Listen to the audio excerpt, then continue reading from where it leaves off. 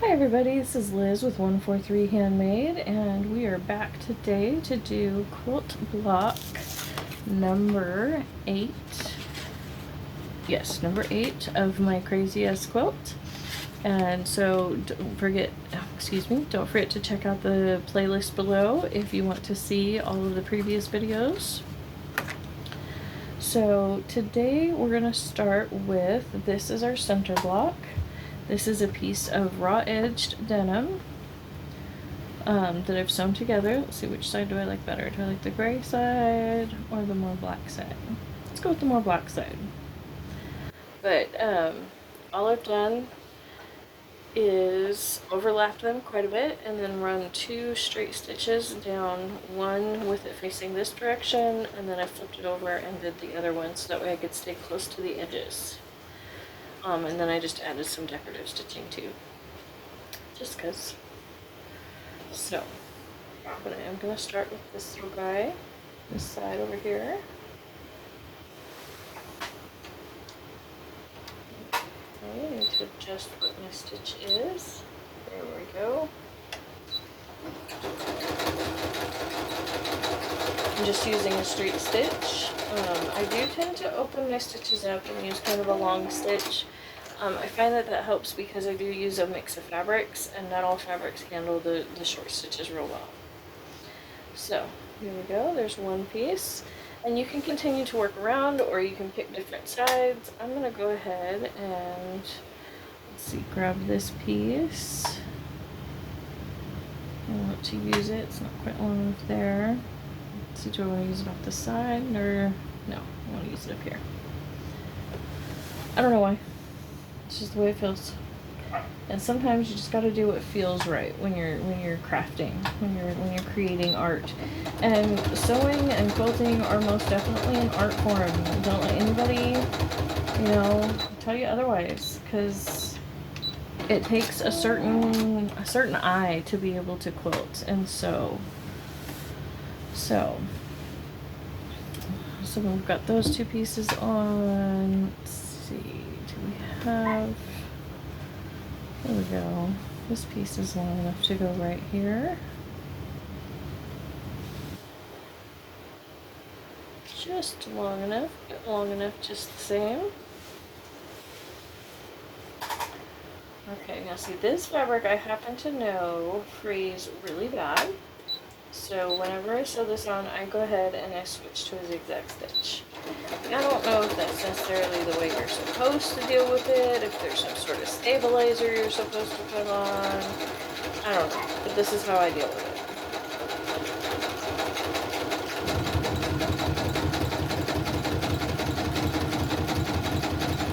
It takes a little bit of extra time to beat through the machine on that zigzag stitch, but so worth it to not have it unravel.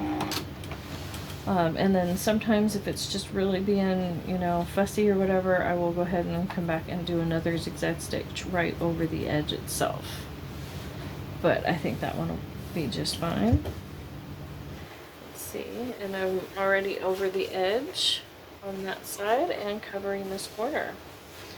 So that's great.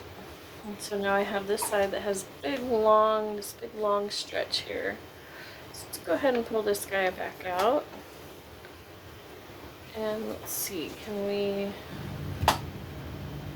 want to make sure that horse, because it's just so well framed, I want to make sure that I get that whole thing in there when I use it. The rest of the piece I'm not so concerned about. It has pretty bits on all of it. Let's see. I don't remember if this fabric curls to the right side or the wrong side, but both sides are pretty. Both sides are soft, so I don't tend to worry about it that much.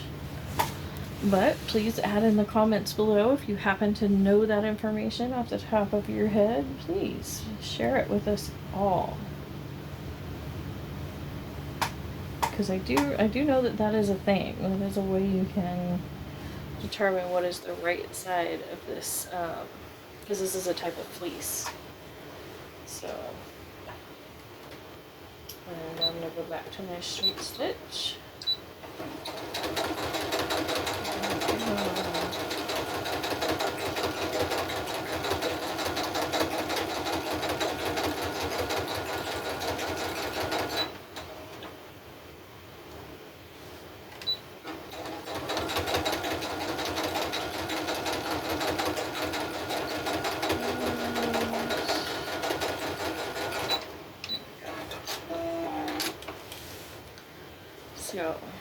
know that that's way more than I'm gonna need, but I would rather it be too much than not enough.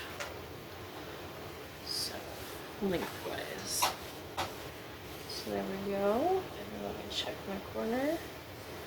See, I only have like that little bit left. Let's see, is this long enough? Yeah, it's long enough. If I can position it just right. So do I want to risk it? Or do we want to get something a little bit longer? I think I'm going to risk it. I'm going to be brave. I'm going to risk it and fold it. So I'm going to see this corner here. Yep. We're just going to go with it.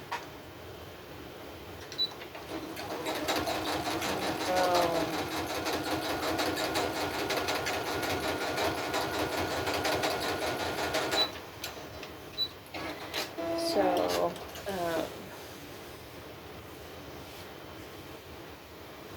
yeah, I believe that will cover it nicely.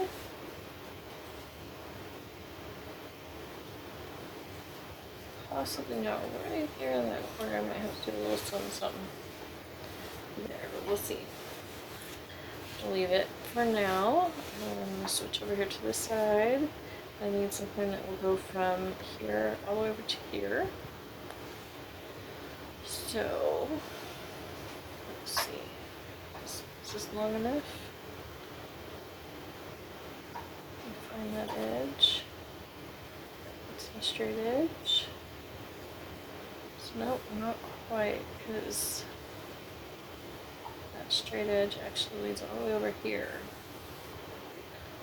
And that's, you know, that much too short. So, let's see. I could add that on. I'd add it to the straighter side. Yeah, let's go ahead and do that. I'm going to add this. And this is one of those that's kind of hard to tell the front from the back, which means that you can use either, whichever one makes you happy at the time. So I'm just going to zip these together real quick, so that way it will be long enough.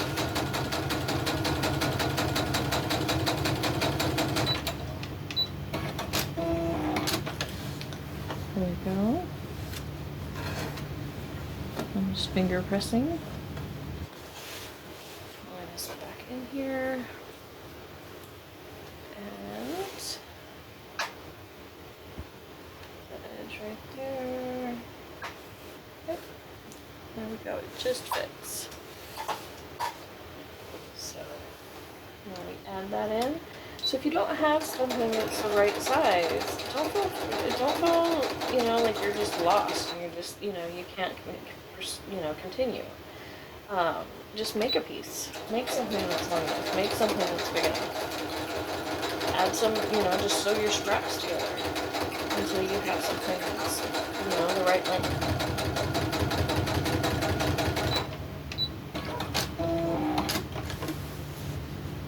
So, next up. So that black almost disappeared. I didn't really mean for that to happen, but, you know, it does on occasion. And I think this piece is big enough to go ahead and use somewhere else. So I'm going to go ahead and snip it off. Or at the very least be added into some crumb quilting. Let's see, that side's not quite big enough. The side that's underneath this piece. Okay, so it's definitely, you know, over here to the side long enough. I know that, but where's my corner in relation? It's only like a 1/2 inch. So I could go ahead and just maintain this angle, you know. But what I think I'm going to do, because it is so close to that edge, and I don't like having something that short close to the edge, I think what I'm going to do is I'm going to go ahead and come in here and trim this off.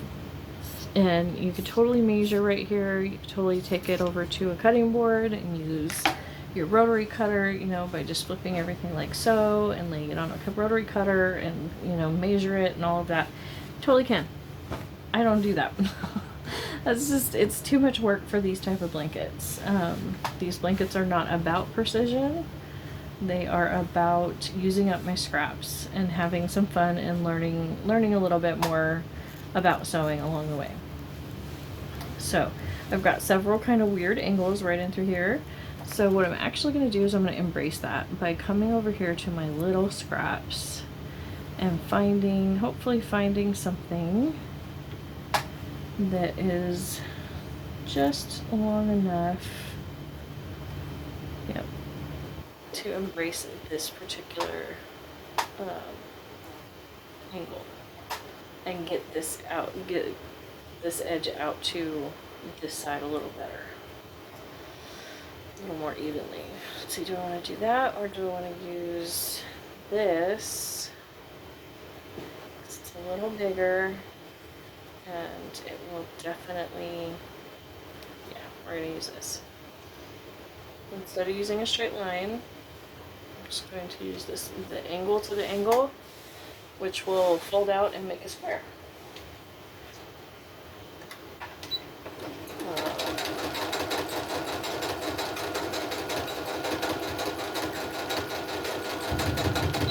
There you go.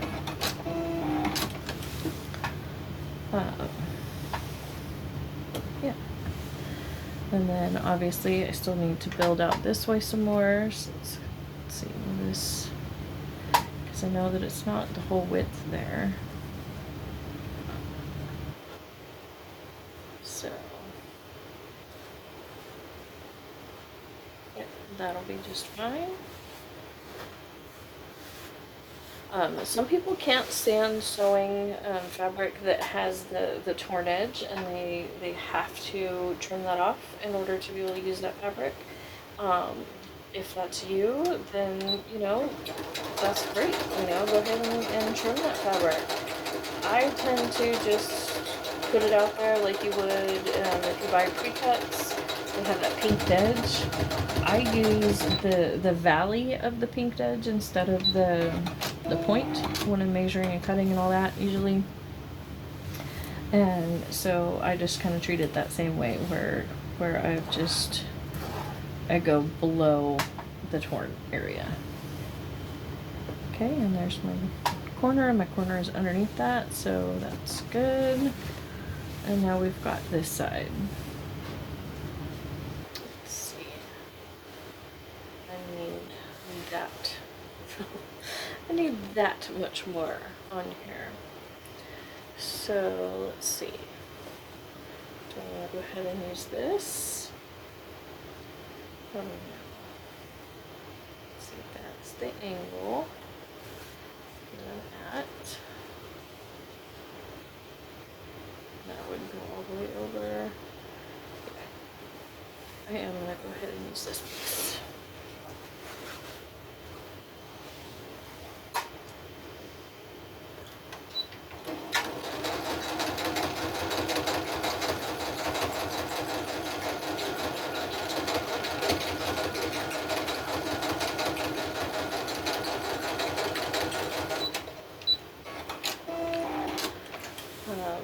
So let me ramble a little bit about what I have coming up while I run my stay stitch around this outside edge. So let's see, I've got some polymer clay videos planned. I do sculpting with, well, obviously polymer clay, right? Let's see. But mostly what I sculpt is either fairy or dragon related. So if you're interested, that's coming up. I've got some, my husband just bought me, it's March now, but you know, he bought me for Christmas, and I still haven't made time to play with it, is a watercolor set. And the main reason why I haven't made time to play with it yet is because I want to take you guys along on that journey, because while I did play with watercolors with my kids when they were little, I've never really tried to master watercolor as, you know, like an adult artist. And so I'm going to be doing a series of watch me learn watercolors, or possibly watch me fail at watercolors, you know, Just because I can paint with other things doesn't mean I will necessarily like or want to continue painting with watercolors. But that will be coming up. I have a 100 days project that I just finished, so that's airing right now every day as in March of 2023. It started a couple days ago. Today's the second day, so I have that going on. It's 100 days of flower doodles. And let's see, I also have junk journal flip throughs when I have them finished, you know, product bundles, that kind of stuff from my Etsy and eBay stores. Don't forget to check out those links if you're looking to see what kind of art that I do sell. I think that's about it that I have coming up right now. So thank you so much for joining me for another block. And when I get this row finished, I will do one trimming these, and I will keep going back and forth like that. So this is the third block of the second row, which makes it block number 8. So I only have 2 more blocks to go in this row, and then I'll be doing a trimming video. So don't forget to check out the full playlist.